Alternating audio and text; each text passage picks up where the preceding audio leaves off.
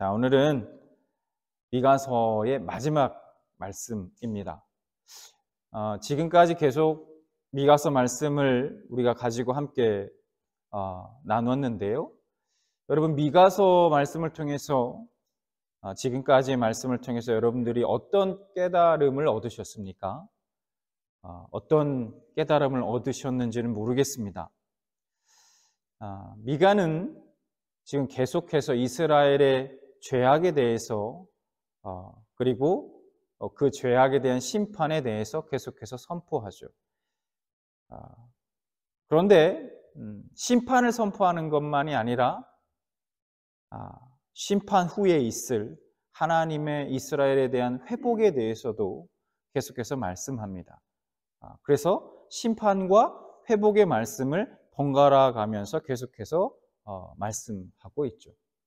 그리고 오늘 이제 마지막으로 하나님의 회복의 약속, 그 회복의 약속을 끝으로 미가서는 끝을 맺습니다.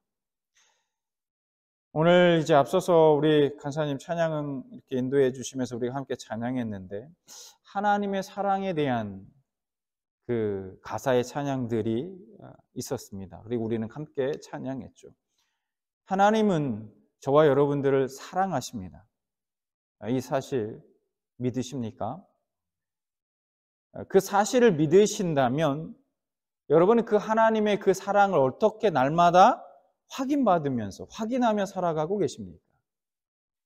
여러분 스스로가 하나님의 사랑을 받는 자로 그 사랑을 날마다 확인받으면서 그렇게 살아가고 계십니까? 인간이 원하는 하나님의 사랑, 그리고 그것과 실제로 하나님이 인간을 사랑하는 방식은 조금 차이가 있습니다. 예를 들면 이런 겁니다. 인간은 기본적으로 평안하고 행복한 삶을 원합니다. 그렇지만 하나님은 자기 백성들을 그런 삶으로만 계속 인도하거나 내버려 두지 않으신다는 겁니다. 하나님은 우리의 삶을 끊임없이 간섭하십니다.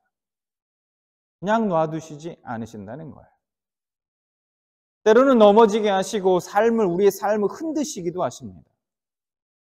그리고 어둠 속에 갇히게도 하십니다. 하나님 왜 이런 식으로 사랑을 표현하실까요? 왜냐하면 죄성을 가진 인간은 그렇게 하지 않으면 본능적으로 진리의 길, 생명의 길, 영생의 길, 이런 길이 아니라 사망의 길, 멸망의 길, 심판의 길로 계속해서 그 길을 쫓아갈 수밖에 없기 때문입니다. 그것이 우리 인간이라는 것이죠.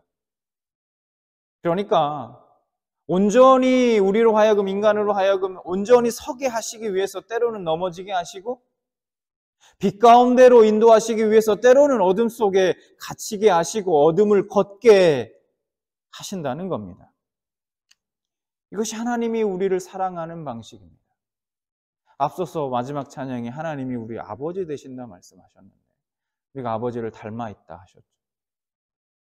여러분, 자녀를 사랑하실 때에 자녀가 원하시는 대로 다 해주셨습니까?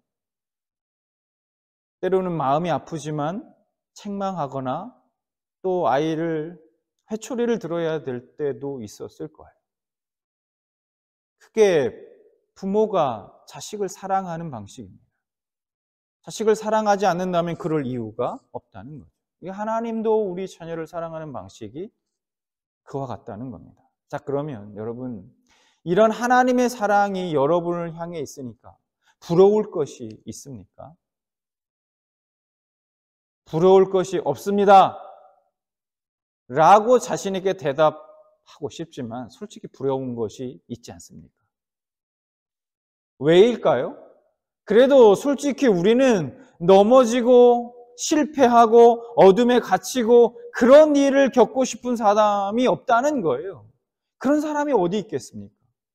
어두운 길을 걷고 어둠에 갇히고 여러분 넘어지고 그런 인생을 살아가고자 하는 사람이 어디 있겠습니까?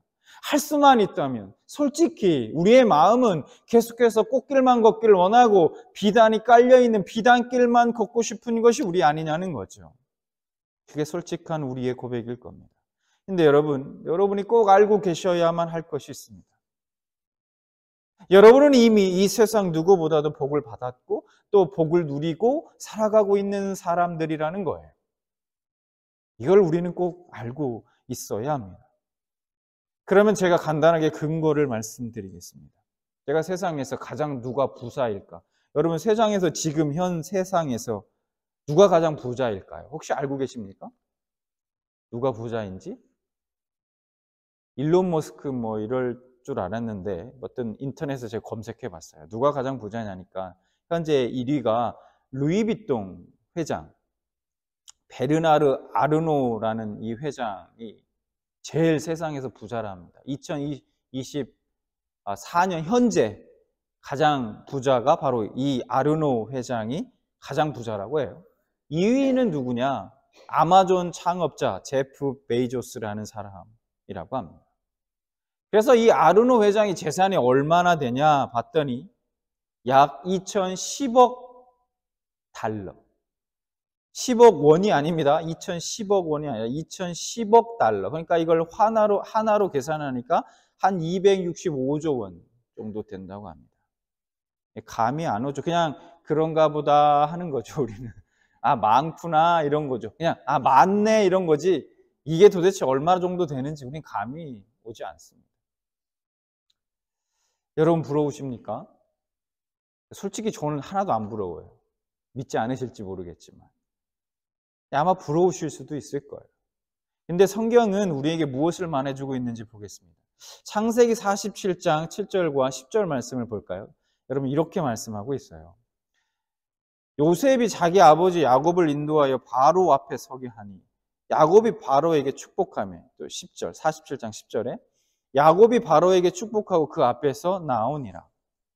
여러분 이게 어떤 장면인지 아십니까? 요셉이 형들의 질투로 말미암아 이집트의 노예로 팔려가게 돼요. 그 이후에 우여곡절들을 엄청 많이 고생들을 하고 막 우여곡절들을 겪죠. 하나님의 은혜로 말미암아 이집트의 총리가 되게 됩니다. 요셉이. 그 후에 요셉은 자신의 아버지 야곱과 형제들과 이집트에서 다시 재회하게 돼요.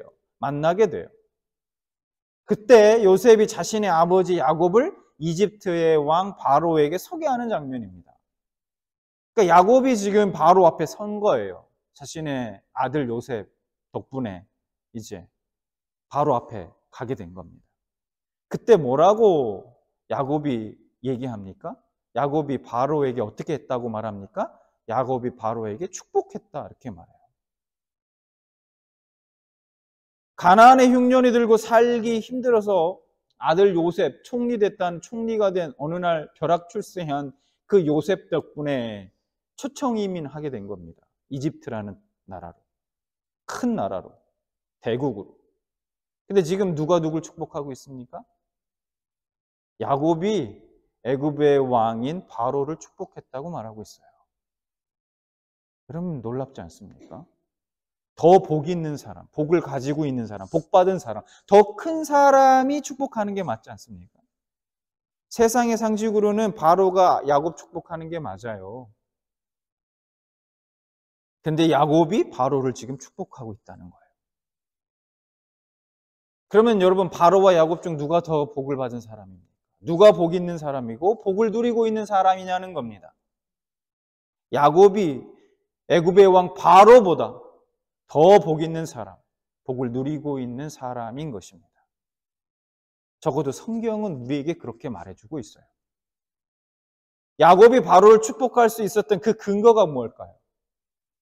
하나님이 아브라함을 부르시고 이렇게 약속해 주셨습니다. 창세기 12장 2절과 3절 보니까 내가 너로 큰 민족을 이루고 내게 복을 주어 내 이름을 창대하게 하리니 너는 복이 될지어다. 3절 너를 축복하는 자에게는 내가 복을 내리고 너를 저주하는 자에게 내가 저주하리니 땅의 모든 족속이 너로 말미암아 복을 얻을 것이라 하신지라. 야곱은 이 하나님의 약속의 말씀, 이 약속을 굳게 믿고 있었던 겁니다. 자신이 어떤 존재인지를 분명하게 알고 있었어요. 자신의 정체성, 하나님 앞에 자신의 정체성 말입니다. 그걸 명확하게 그는 알고 있었어요. 복의 근원으로 그 복을 받고 누리고 있는 동시에 복을 흘려보내는 복의 통로로 자신을 부르셨다는 거예요. 그 정체성을 분명히 알고 있으니 이집트의 왕 앞에서도 여러분 당당할 수 있는 겁니다. 하나님의 자녀된 우리, 여러분 아브라함만 그렇고 이삭, 야곱만 그렇습니까? 우리는 어떨까요? 이 시대를 살아가고 있는 하나님의 자녀된 우리는 어떨까요? 여러분 마찬가지입니다. 우리가 바로 복 그 자체라고 말씀해주고 있는 거예요. 복이 세상 가운데 흘려보내는 통로라는 것입니다. 저와 여러분이. 이 믿음, 이 시각으로 우리 자신을 보고 이 세상을 바라볼 수 있어야 한다는 거예요. 여러분에게 이 믿음이 시각이 있길 바랍니다. 그때 우리는 이런 시각, 이런 시선으로 우리가 세상을 바라보고 나 자신을 바라보고 세상을 바라보면 어떻게 되느냐? 그때 우리는 내가 이 땅을 살아가는 동안 비록 때로는 넘어지고 실패하고 밤길을 걸더라도 세상 속에서 당당함을 잃지 않고 살아갈 수 있는 겁니다. 그때. 희망이 보이지 않는 현실과 그 절망 속에서도 미가 선지자처럼, 오늘 본문에 나오는 미가 선지자처럼 고백할 수 있는 겁니다. 지난 시간에 우리가 살펴봤던 말씀, 7장 8절 말씀이에요. 뭐라고 고백합니까? 미가 선지자는. 나의 대적이여 나로 말미암아 기뻐하지 말지어다. 나는 엎드러질지라도 일어날 것이요. 어두운 데에 앉을지라도 여호와께서 나의 빛이 되실 것이미로다. 이렇게 고백할 수 있다는 거예요. 이스라엘은 이방인에게 고통받을 것이고요. 멸망당할 거예요. 하나님께 회초리를 맞을 겁니다. 이방인들이 그때 뭐라고 얘기하냐면 네 하나님, 니들이 믿는 하나님이 어디 있느냐고 이스라엘과 하나님을 조롱할 거예요. 조롱당하게 될 것입니다. 그런데 미가는 뭐라고 고백합니까? 내가 내 대적들아, 원수들아, 기뻐하지 마. 내가 지금은 엎드러질지라도 다시 일어날 거야. 내가 지금 어두움 가운데 갇힌 것 같이 보였을지라도 조롱하지 마. 웃지 마. 기뻐하지 마. 여호와께서 나의 빛이 되실 것이다.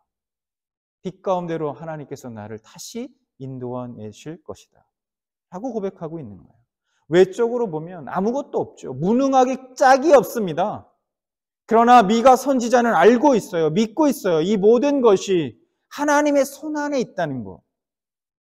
결국 이스라엘을 다시 빛 가운데로 인도하시기 위한 하나님의 계획이라는 사실을 믿고 있다는 거예요. 알고 있다는 거예요.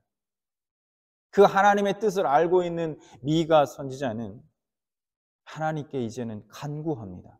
간절히 기도해요. 14절.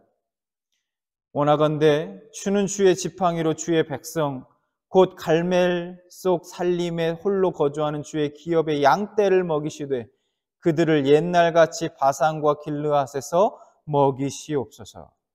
여러분 여기서 지팡이는 뭘 상징하냐면 목자를 상징합니다. 양떼는 이스라엘의 남은 백성을 상징해요. 바산과 길르앗은 목축을 하기에 아주 비옥한 좋은 땅을 말합니다. 그래서 성경에서 풍요와 안전을 상징하는 표현입니다. 그러니까 지금 미가는 하나님께서 이스라엘의 목자가 되어 달라고, 하나님께서 다시 한번 우리의 목자가 되어 주시옵소서, 이스라엘을 그래서 먹여 주십시오, 그렇게 간구하고 있는 겁니다. 예전에 이스라엘을 푸른 풀밭으로 인도하셨던 것처럼 주님께서 다시 한번 우리의 목자 되어 달라고, 그래서 우리 이스라엘을, 우리 민족을 인도해 달라고 그렇게 간구하고 있습니다. 하나님께서 이런 미가의 간절한 간구에 응답해 주십니다. 15절. 이르시되 내가 애굽 땅에서 나오던 날과 같이 내가 그들에게 이적을 보이리라 하셨느니라. 하나님께서 알겠다. 그렇게 대답하십니다. 예전에 이집트에서 내가 너희를 인도해낸 것처럼, 수많은 기적과 이삭을 보였던 것처럼 내가 이스라엘을 다시 한번 구원하겠다. 그들을 다시 인도하여 내겠다라고 대답하십니다. 그런데 왜 하나님은 하필이면 출애굽을 언급하셨을까요? 많은 사건들이 있었는데, 왜냐하면 이스라엘에게 있어서 가장 하나님께 크고 많은 은혜를 받았던, 하나님 입장에서는 은혜를 베풀었던 그 때가 바로 출애굽 때였기 때문입니다. 그 사건이었기 때문이에요. 16절, 17절 보겠습니다. 이르되 여러 나라가 보고 자기의 세력을 부끄러워하며 선으로 그 입을 막을 것이요 귀는 막힐 것이며 그들이 뱀처럼 티끌을 핥으며 땅에게는 벌레처럼 떨며 그 좁은 구멍에서 나와서 두려워하며 우리 하나님 여호와께로 돌아와서 주로 말미암아 두려워하리이다. 예전에는 이방 나라들이 이스라엘 백성들을 보고 야 너희들 섬기는 하나님 그 하나님이 어디 있어? 라고 그렇게 조롱했습니다. 그러나 이제는 하나님께서 그 백성들을 구원하시기 위해서는 베푸시는 그 크신 은혜를 바라보면서 자신들이 자랑해왔던 그들이 믿고 있었던 자신들의 그 힘이 얼마나 보잘것이 없는 것인지를 깨닫고 부끄럽게 여기게 될 것이라는 거예요. 하나님의 능력 앞에 그들의 간담이 서늘해져서 그들의 입을 막을 것이라는 거예요. 하나님께서 그의 백성들을 구원하셨다는 그 소문과 자신들은 이제 망하게 되었다는 그 소문을 듣고 두려워하며 아예 그 귀를 막아버리게 될 것이라는 겁니다. 하나님을 대적했던 모든 세력들, 결국 자신들이 주님 앞에 얼마나 비천한 존재인지, 아무것도 아닌 존재인지, 무력한 존재인지를 깨닫고 그 하나님을 결국은 두려워하게 될 것입니다.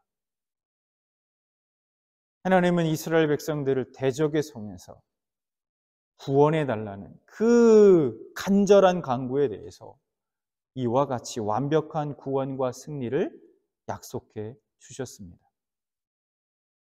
이에 대해서 미가 선지자는 18절부터 20절까지 이 위대하시고 놀라운 일을 행하실 하나님을 찬양합니다. 자, 어떻게, 뭐라고 찬양하는지 보겠습니다. 18절, 주와 같은 신이 어디 있으리이까? 주께서는 죄악과 그 기업의 남은 자의 허물을 사유하시며 인애를 기뻐하심으로 진노를 오래 품지 아니하시나이다. 19절, 다시 우리를 불쌍히 여기셔서 우리의 죄악을 발로 밟으시고 우리의 모든 죄를 깊은 바다에 던지시리이다. 18절에 말하고 있는 남은 자는 하나님 앞에 자신들의 죄를 회개하고 돌아온 자들을 말합니다.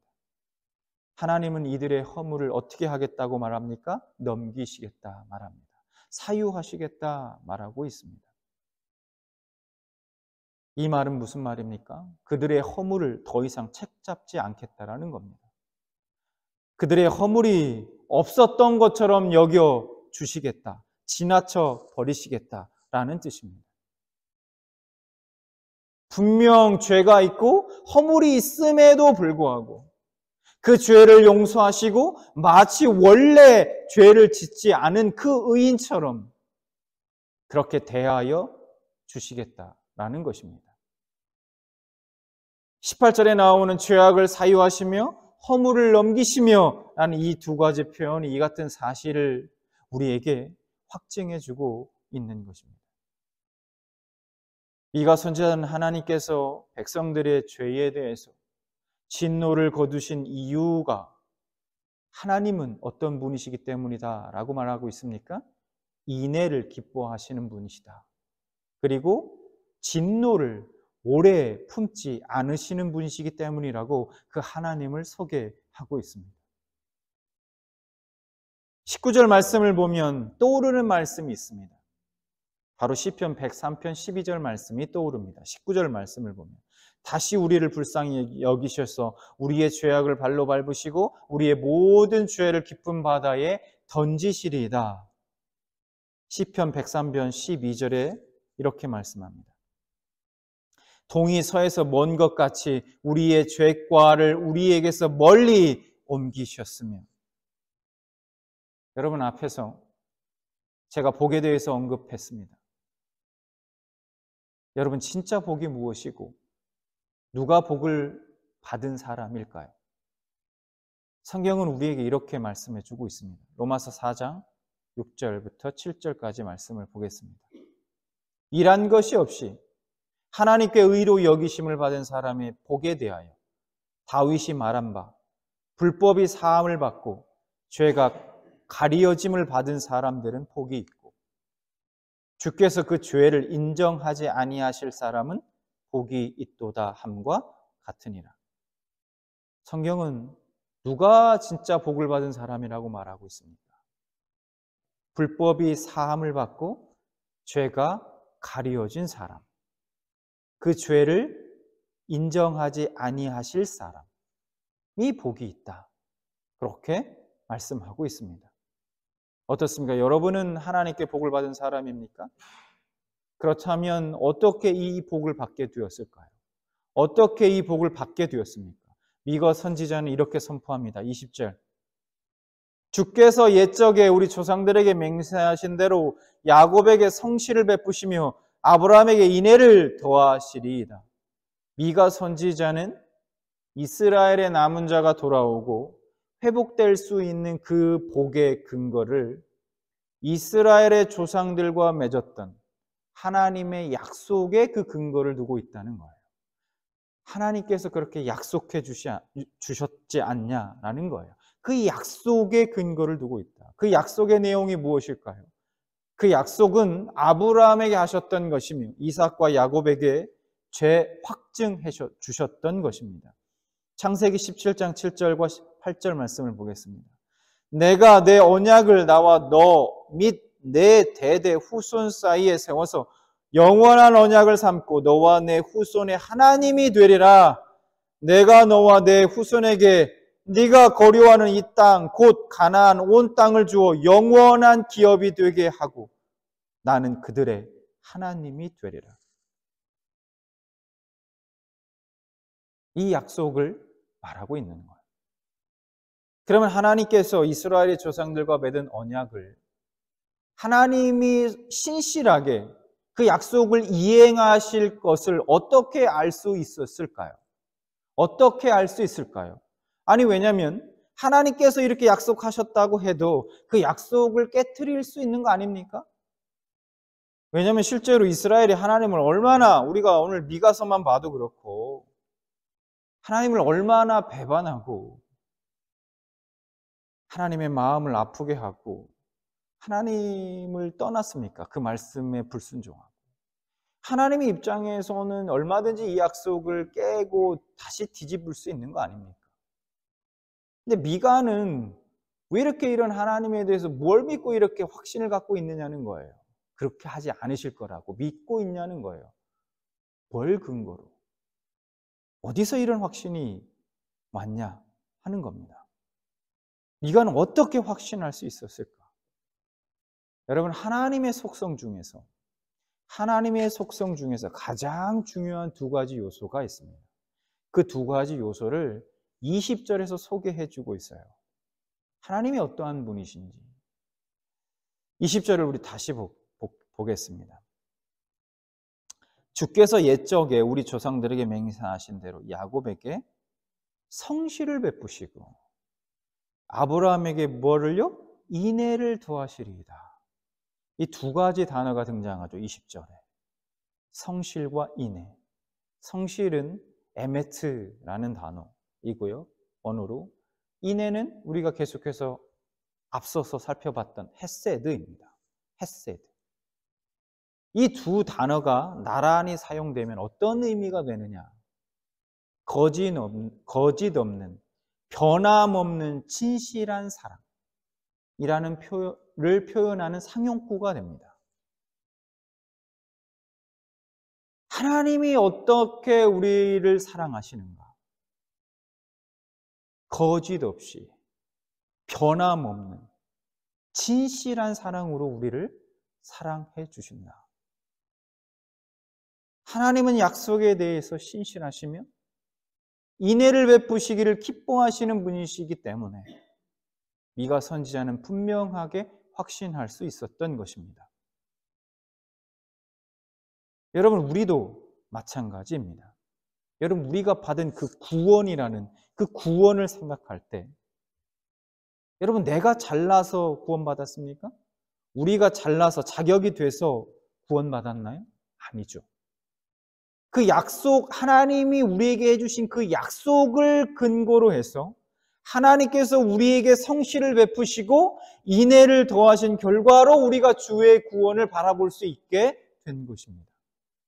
구원의 근거가 만약에 우리에게 있다면, 우리의 공로에게 있다면, 우리는 인생, 이 땅에 어떤 누구도, 어떤 인간도 하나님 앞에 구원받을 수 있는 인간이 없어요. 인간의 구원, 인간의 공로로 구원받을 수 있다? 어떤 인간이 구원받을 수 있을까요? 여전히 하나님 앞에 죄성을 가지고 있는 인간이 구원받을 수 있겠냐 하는 거죠. 그러나 그 구원이 하나님께 있기 때문에 우리는 계속해서 그 구원을 바라볼 수 있는 것입니다. 하나님은 우리에게 성실과 인애를 베푸셨습니다. 지금도 우리에게 베푸시고 계십니다. 그래서 우리는 어떤 복을 누리게 되었습니까? 오늘 미가 선지자가 19절에서 고백한 말씀이 실제로 우리에게 이루어진 것이죠. 19절 다시 볼까요? 우리를 불쌍히 여기셔서 우리의 죄악을 발로 밟으시고 우리의 모든 죄를 깊은 바다에 던지시리다. 이것이 저와 여러분에게 이 말씀이 이루어진 건 아니겠습니까? 우리의 죄악은 십자가에서 다 해결되었습니다. 하나님께서는 십자가 위에 예수님께 죄에 대한, 우리의 죄에 대한 모든 진노를 그 예수님께 다 쏟아 부으셨어요. 우리가 받아야 될 그 진노를, 하나님의 진노를 말합니다. 그로 인해 우리들은 나음을 입게 되었습니다. 하나님의 아들 예수 그리스도를 통해서 죄의 권세를 굴복시키시고 정복하셨습니다. 하나님께서 죄를 발로 밟으시고 깊은 바다에 던지셨습니다. 죄와 사망이 우리에게 더 이상 주인 노릇하지 못하게 말입니다.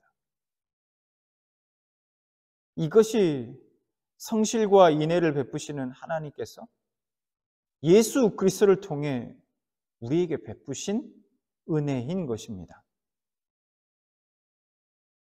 우리 사랑하는 평안 가족 모두가 이 성실과 인애의 하나님께서 베푸시는 이 풍성한 은혜, 믿는 자들에게 의롭다 여겨주시고 하나님의 자녀가 되는 권세를 주시는 이 은혜를 모두 누리시길 소망합니다. 하나님의 메시지를, 하나님의 이러한 메시지를 받아서 전했던 미가 선지자가 장래에, 미래에 이런 은혜를 예비하고 계시다라는 거, 하나님이 이런 은혜를 베풀어 주실 거라는 거, 그런 하나님의 선하심을 깨닫게 되었을 때 여러분 얼마나 그 감격이 여러분 어땠을까요? 얼마나 감격했겠습니까? 그 감격으로 그는 뭐라고 고백합니까? 18절에 처음에 주와 같은 신이 어디 있으리이까? 하나님과 같은 신은 없습니다. 그렇게 고백할 수밖에 없었던 것입니다. 여러분, 미가 선지자가 보았던 그 선하신 하나님이 바로 나의 하나님이심을, 우리의 하나님이심을 깨닫고 살아가고 계십니까? 미가 선지자가 발견했던 그 하나님의 선하심을 발견한다면 어느 누가 하나님을 찬송하지 않을 수 있으며 그분을 사랑하지 않을 수 있겠습니까? 우리가 그토록 하나님을 배반하고 여전히 죄 가운데 있다 해도 여전히 하나님의 말씀에 불순종하며 내 뜻대로 내가 주인 되어서 살아감에도 불구하고 우리에게 여전히 성실과 인애를 베푸셔서 우리를 하나님의 자녀라 칭해 주시고 의롭다 칭해 주시는 그 하나님의 사랑, 날마다 여러분의 삶 가운데 그 성실과 인애의 하나님을, 그것을 발견하고 살아가고 계시냐는 말입니다. 그 하나님을 발견한다면 어느 누가 그 하나님을 찬송하지 않을 수 있으며 그분을 사랑하지 않을 수 있겠냐는 말입니다. 여러분, 예배가 무엇입니까? 그 하나님께 감격해서 그 하나님을 찬송하지 않을 수 없어서, 그분을 사랑하지 않을 수 없어서 그분을 예배하는 하는 것입니다. 그 마음으로 하나님 앞에 나와 예배하는 것이죠. 사랑하는 평안교회 여러분들 모두 여러분이 믿고 섬기는 그 하나님이 이런 하나님이심을 날마다 새롭게 깨닫고 그 하나님을 기쁨으로 감사함으로 찬양하고 예배하며 하나님을 더욱 사랑하게 되시길 소망합니다. 그리고 영원토록 그 하나님과 동행하시는 여러분들 되시기를 진심으로 축원합니다.